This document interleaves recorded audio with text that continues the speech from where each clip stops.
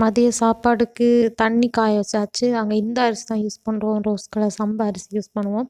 அதுக்கப்புறம் இன்றைக்கி வந்து கீரை பொரியலும் மீன் குழம்பு வைக்கலான்னு சொல்லிட்டு கீரை எடுத்து இந்த மாதிரி குட்டி குட்டியாக கட் பண்ணி வச்சு அது கூட ஒரு பெரிய வெங்காயம் பாதி எடுத்து அதையுமே கட் பண்ணி வச்சாச்சு. இப்போ வந்துட்டு தேங்காய் அரைக்கணும். தேங்காய் அரைக்கிறதுக்கு கொஞ்சம் மிளகாத்தூள், மஞ்சத்தூள், 2 பல்லு பூண்டு, அதுக்கப்புறம் சீரகம் இதை எல்லாத்தையுமே தேங்காய் கூட சேர்த்துட்டு நல்லா கொரப்பாக அரைச்சி எடுத்துக்கோங்க.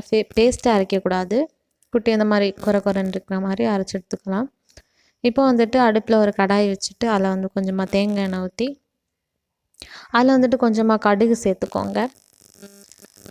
அப்புறமா அதில் நம்ம கட் பண்ணி வச்சுருக்கிற கீரை, வெங்காயம், கொஞ்சமாக உப்பு இதெல்லாம் சேர்த்து நல்லா வதக்கி விட்டுக்கோங்க. அது ஓரளவுக்கு கொஞ்சமாக வதங்கி வந்ததுக்கு அப்புறமா நம்ம அரைச்சி வச்சுருக்கிற தேங்காய் பேஸ்ட்டை சேர்க்க போகிறோம். சேர்த்துட்டு நல்லா கலந்து விட்டுக்கோங்க. அதில் இருக்கக்கூடிய ஈரப்பதம் எல்லாமே போயிட்டு கீரை வந்து நல்லா ட்ரை ஆகி வரும். அப்போ வந்துட்டு கீரை குழம்பு ரெடி ஆகிடுச்சு. சைட்லேயே வந்து மீன் குழம்பு ரெடி ஆகிடுச்சு. அப்புறமா வந்து கொஞ்சம் பாத்திரம் இருந்துச்சு, எல்லாமே கழுவி வச்சுட்டு இன்றைக்கி லஞ்சு பார்த்திங்கன்னா கீரை பொரியல், மீன் குழம்பு, இஞ்சி தீயல் இதெல்லாம் தான் இன்றைக்கி எங்கள் வீட்டில் லஞ்ச்.